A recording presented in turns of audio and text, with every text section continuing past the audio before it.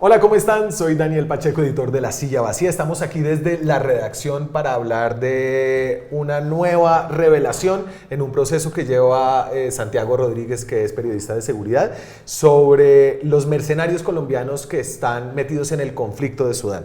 Y lo que tú escribiste y la investigación que publicaste habla de que están entrenando niños soldados y están inmersos unos militares que fueron entrenados por nuestro país en un delito de lesa humanidad.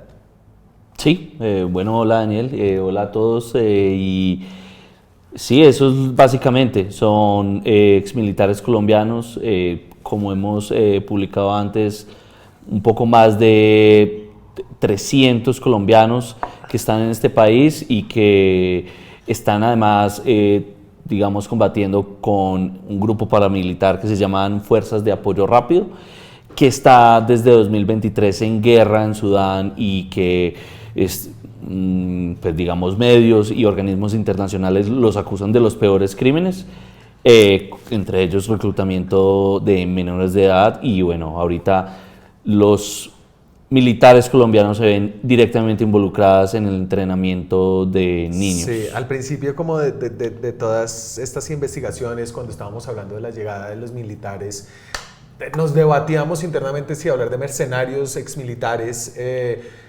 Yo creo que un poco con el progreso de lo que ha pasado es claramente como que son unos ex soldados colombianos que son mercenarios, ¿no? Sí. Y se le miden a lo que sea.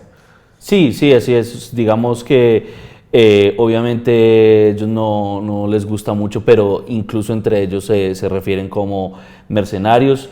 Estamos hablando además que en Sudán hay, por ejemplo, personas que combatieron en la guerra en Ucrania como parte del ejército ucraniano, que es otro de los grandes frentes de mercenarios que tenemos en Colombia. Y ahorita están en Sudán porque pues es plata y digamos ellos, esto es lo que los mueve. Me decía una de las fuentes con las que hablé, sí, esto es maluco, esto es feo, entrenar niños, pero pues es trabajo, es lo que tenemos que hacer. Sí, hay una forma en la que racionalizan todo y ahorita hablamos un poquito más de eso. Voy a poner el mapa de Sudán. Esta es una guerra muy lejana. El mundo tiene hoy como dos grandes conflictos que están en los titulares, que es la guerra de Ucrania, obviamente, después de la Segunda Guerra Mundial, la primera vez que vuelve la guerra a Europa, y la guerra de la Franja de Gaza. Este es un conflicto mucho más olvidado, el de Sudán, un país en África, un país grandote que queda... Ahí lo estamos viendo en el mapa abajo de Egipto, estratégico pues porque tiene, ¿cómo se llama ese corredor marino? ¿Del Nilo? Ok. Sí, claro, digamos tiene acceso al mar, ahí con la ciudad de Puerto Sudán, y digamos que sí, es uno de los puntos estratégicos del país ahí. Y entonces Sudán tenía un gobierno militar y ese gobierno militar tuvo una disidencia interna. Y esa es la guerra civil que estalló entre los que dicen ser el gobierno militar original, ¿cierto? Y las fuerzas de apoyo rápido, la FARC. Sí, las FARC. La FARC. Las FARC. Sí. Y entonces es en el ejército golpista, digamos, en donde han sido como contratados estos centenares de colombianos. Sí, así digamos muy resumidamente, las FARC y el ejército sudanés, digamos, las FARC eran un grupo paramilitar que se creó durante la dictadura de Sudán. En 2019 se da el primer golpe de estado de esa dictadura, llega un gobierno civil. En 2021 este grupo paramilitar y el ejército vuelven a dar un golpe de estado. El líder de las FARC, Mohamed Hamdan Dagalo, que ahorita podemos hablar más de él, quedó de segundo en ese gobierno y le dio un golpe al que es hoy el presidente, que es el general Abdel Fattah al-Burhan, y allí empieza esta guerra civil.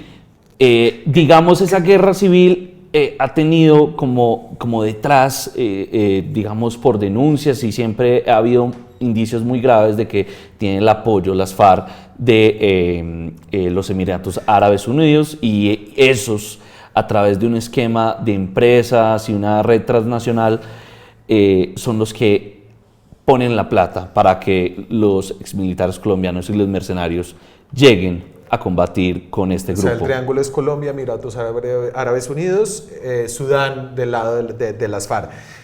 Las fotos que son como la gran nueva revelación un poco del desarrollo de esta operación de mercenarios. Aquí tengo un par de imágenes, que estas son las que publica La Silla Vacía, donde se ven claramente los que están uniformados como en camuflado de desierto, son los exmilitares colombianos, y ahí están como unos combatientes evidentemente menores de edad.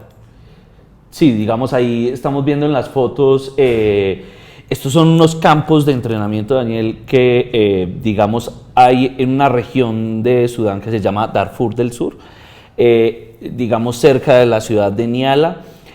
Son, digamos, lo que me dicen las fuentes es que son 4 campus, donde más o menos en cada uno puede haber entre 1.000 y 3.000 sudaneses reclutados por las FARC, y entre 50 y 70 mercenarios colombianos que los entrenan para la guerra. ¿Qué tan jóvenes son? O sea, en la foto uno más o menos entiende que son niños de 10, 11 años, pero la fuente con la que tú hablaste, ¿qué te decía acerca de esos pelados? Me dijo, hay muchos niños, digamos, que es, digamos, lo más preocupante. Digamos, obviamente estos son niños reclutados muchos de manera forzada en esta región, y me dicen que son niños de 10, 11, 12 años, que también obviamente hay gente más mayor, digamos 20, 30 años, claro, pero que muchos son jóvenes, y digamos que digamos, hablando con expertos, ellos me decían que no es raro, que hay reportes y testimonios de que las FARC reclutan a niños porque han tenido muchas bajas y que necesitan reponer, digamos, su pie de fuerza, y que estos niños muchas veces llegan a las filas de las FARC por imposición. O sea, le piden a cada aldea, tiene que aportar hombres y niños para la guerra, y bueno, terminan siendo los colombianos los que los entrenan. Claro, había un pedazo de tu fuente, y ahorita hablamos más de esa fuente, que era problemática en el sentido de que no se identificó, es decir, es una fuente anónima.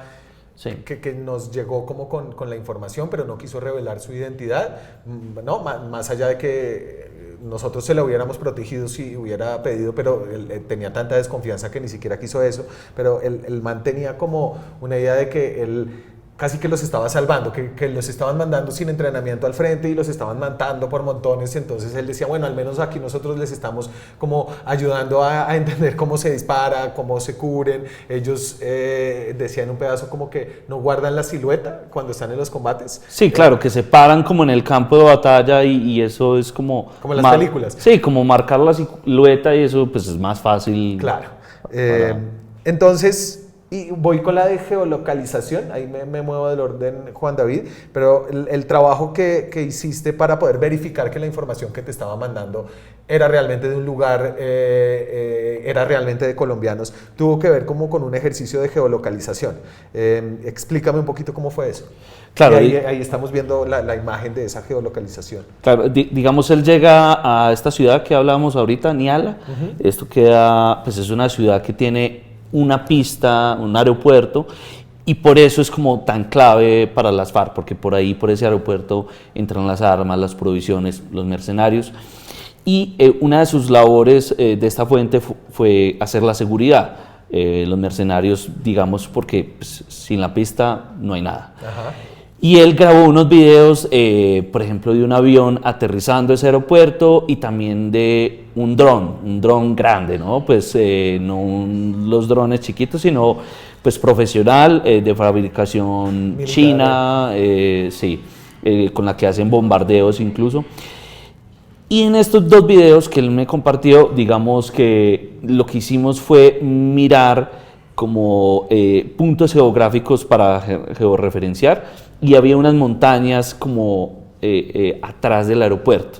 Esas montañas coinciden con imágenes satelitales de Google Earth, que al ponerlo como en la ubicación hacia como el occidente del aeropuerto, pues coinciden perfectamente. Entonces, digamos, eso nos permitió, o me permitió a mí, como tener muchísima más seguridad de que pues el hombre sí había estado allí, y además todo lo que nos contó coincidía con pues los demás reportajes que hemos sacado. Claro, y creo que es importante como contarle, esta no es como una guerra de guerrillas, sino es casi como una guerra entre ejércitos, ¿no? No son como, debe haber emboscadas y todo eso, pero pues es una guerra donde hay drones, hay apoyo y bombardeos de ambos bandos, como que se bombardean con aviones, ¿no? Es una guerra casi que de posiciones entre dos ejércitos y por eso es como tan violenta Sí, es una guerra civil bastante, pues, ha sido catalogada como la crisis humanitaria más grande del mundo. Estamos hablando de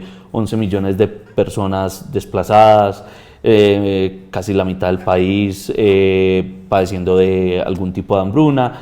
La FARC ha sido acusada, la FARC la que contrata a los colombianos ha sido acusada por organismos como de derechos humanos y agencias internacionales de utilizar los bloqueos de ayuda humanitaria para presionar militarmente a población, es decir, de hacer algo similar a lo que está haciendo Israel, que es manufacturando una hambruna como una táctica de guerra. Sí, limpieza étnica en varias aldeas, sí, bastante brutal. Bastante brutal, y bueno, digamos, uno de esos frentes es Al-Fasher, ya hemos escrito de él, y este fin de semana el ejército sudanés dio de baja a unos colombianos y se revelaron unos videos que muestran incluso aún más esa operación, sí, de los mercenarios con las FARC. Y aquí sí está el ritmo colombiano, ahí lo van a ver en este video.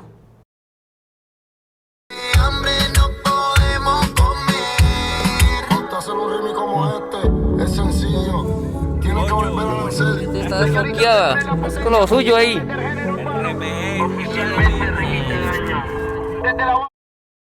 Entonces está el reggaetón de fondo. En otro de los primeros videos de esta investigación era como andando a 100 kilómetros por hora en el desierto con Diomedes Díaz, sí. ¿no? En una formación así en carros con vidrios blindados. Ahora es el reggaetón. Es como que la historia que publicamos tuvo una repercusión en el ámbito internacional, especialmente en Sudán, y fue que atizó un poco las denuncias que está haciendo el ejército que se está defendiendo, que es, pues yo no sé si es el soberano, no. Es el gobierno como de facto, es el que además ha recuperado gran parte de la capital, que es uno de los principales frentes de batalla, y bueno, por ahora digamos que sigue siendo como el gobierno, ¿no? Y ahí tengo entonces el trino del diplomático de Sudán adscrito a las Naciones Unidas, en donde hace la denuncia de que sus rivales de las FARC están utilizando a estos mercenarios colombianos.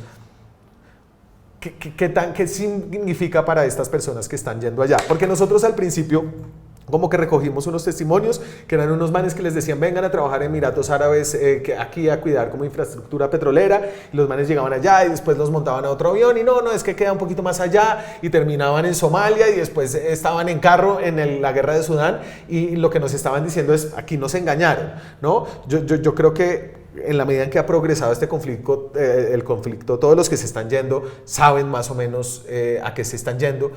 ¿A qué se expone un militar colombiano por entrenar niños soldado o por cometer otros crímenes de guerra? Pues digamos, y lo hablaba con algunos expertos, digamos, tanto Sudán como Colombia ratificaron este tratado de niños soldados, sí, a nivel internacional, que lo que hace es que prohíbe reclutar a menores de 18 años. O sea, el derecho humanitario habla de 15, pero si usted ratifica este protocolo, lo que hace es aumentar esa exigencia a 18 años. Y como además Colombia pertenece a la Corte Penal Internacional y a este sistema de derechos humanos, pues Lo que pasa es que debería perseguir a quienes cometen este crimen. Digamos, aquí estamos hablando de involucrarse en el reclutamiento de menores y entrenarlos para la guerra, como ellos lo admiten. Pero ¿quién tendría, o sea, si uno de estos militares regresa a Colombia, ¿podría ser sujeto de judicialización por parte de la Fiscalía? Claro, si hay una identificación y pues digamos un proceso judicial, sí. Lo que pasa es que es difícil tener el registro de quiénes van y quiénes vienen, pero si hay una identificación, claro que sí, porque los crímenes de guerra son universales, entonces cualquier país en el mundo podría tener jurisdicción. También lo tendría la Corte Penal Internacional. Ahora, estamos hablando de los que están allá, pero ellos no actúan solos y hay unos grandes responsables de tanto lo que está pasando en todo Sudán con todos estos crímenes, como en particular el entrenamiento y reclutamiento de menores. Al responsable que has identificado tú en la investigación, digamos, pasada. Una pregunta, ¿cuánto le pagan a un man de estos? A un soldado, digamos, raso, $2.600 es lo que le prometen. Al mes. Estamos hablando de alrededor de 10 millones de pesos. Que le quedarían casi libres, pues porque está ya, no sé, que si puede gastar mucha plata. Pero claro, lo que denuncias es que los estafan a veces, no les pagan completo, les deducen cosas que vienen de ahí, y muchos se molestan por eso con la empresa, que se llama A4SI, y con la persona que todos identifican, ¿no? El coronel Quijano. Sí, así es, el coronel Álvaro Quijano, retirado del ejército colombiano. Él es el que todos señalan como el que lidera toda esta operación de mercenarios. Su esposa, Claudia Oliveros, es la dueña de la empresa A4SI, registrada en Cámara de Comercio de Bogotá, que es la que contrató a toda esta gente para llevársela. Inicialmente. Después de la primera publicación, esa empresa como que el recorrido se escondió de nuevo. Sí. Que me parece interesante, además de esta historia, habla de un tema local, que es como los ex soldados colombianos están en el conflicto más sangriento, además peleando como para el bando más cruel de los dos, según como las denuncias internacionales, pero también hay una triangulación geopolítica entre Colombia, Emiratos Árabes y Sudán. Tú decías al principio que Emiratos Árabes tiene como una guerra proxy en el conflicto de Sudán, y es que ha tenido unas inversiones en ese país, tiene unos intereses en ese país y está financiando a los golpistas, y Colombia también tiene unos intereses con Sudán. Entonces hagamos con Emiratos, ¿no? Con Emiratos, perdón. Hagamos ese triángulo que se une con Quijano y Mohamed Hemeti. ¿Quién es? Mohamed Hamdan Dagalo, mejor conocido como Hemeti. Que creo que ahí lo estamos viendo. Ahí viene. Entonces, Mohamed, del señor Hemeti. Hemeti es como el apodo. Como el apodo. Sí, Hemeti era, como te decía ahorita, como el que quedó de segundo en el gobierno, el que lidera las FARC y el que termina dando el golpe. Este señor es lo que nos dice la fuente, es que lo endiosan, digamos, o es una figura, nunca lo vio allá en terreno, pero es como omnipresente. A los reclutas de las FARC los obligan a poner la foto de perfil en WhatsApp con la foto de él, y digamos... Confuso, ¿no? Sí. Todo el mundo con la misma foto de perfil. Pero este personaje se sabe que ha tenido, o que es un aliado de algunas figuras de la monarquía de Emiratos Árabes Unidos. Es decir, hay un reportaje del New York Times de este año que muestra cómo el tercero del gobierno de Emiratos, el Sheikh Mansour, que es además el dueño de Manchester City, digamos, ha tenido una relación ahí con Dagalo o Hemeti desde incluso antes del golpe de Estado. Y aquí tengo al otro, que es Mohamed Al-Sabi. Mohamed Hamdan Al-Sabi. Ese es el dueño de la empresa Global Security Service Group. Es una empresa emiratí, sí, y es una empresa que incluso pues, desde antes de esta operación en Sudán contrataba con A4SI servicios de seguridad en infraestructura petrolera o seguridad VIP para personalidades de Emiratos con A4SI.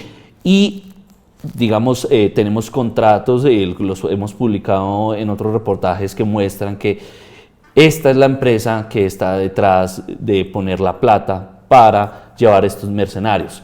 Y este señor, Mohamed Hamdan Al-Sabi, digamos que es de muy bajo perfil, pero ha quedado el rastro de él con influencia en África.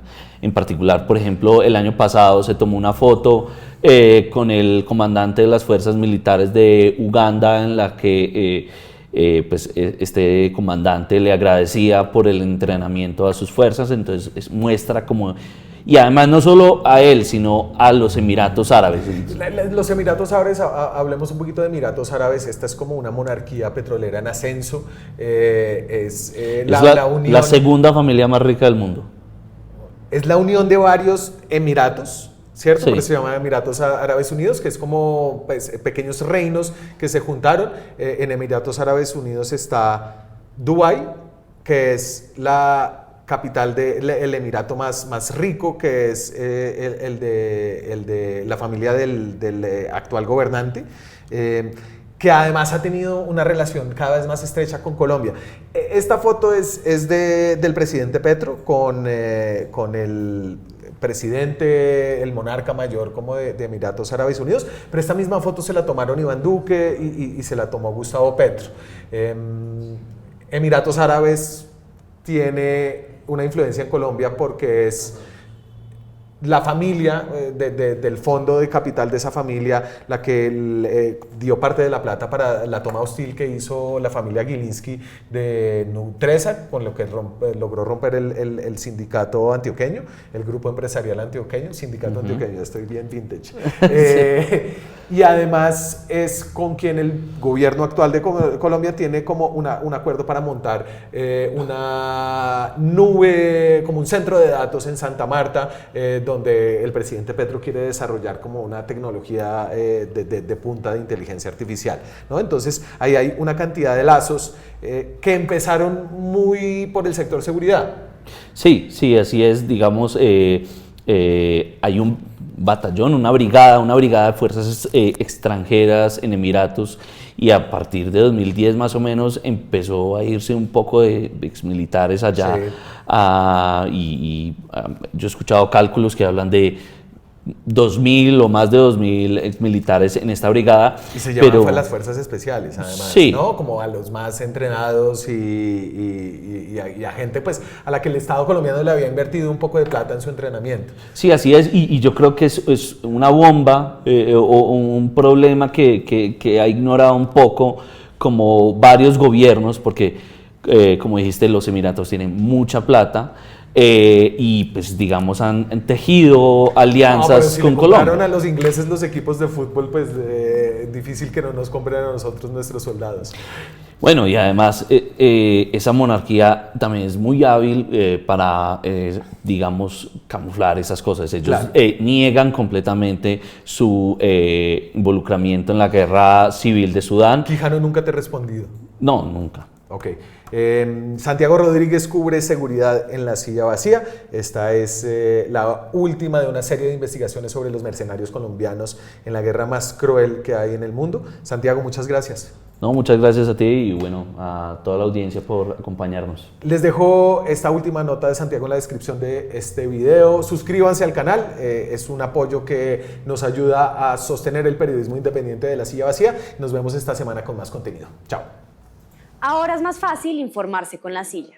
En nuestro canal de YouTube encontrará todos los días análisis profundos, explicaciones claras y entrevistas a nuestro equipo de periodistas y a los personajes que mueven los hilos del poder en Colombia. Suscríbase a nuestro canal, active la campanita y ayúdenos a llegar a los 200.000 suscriptores.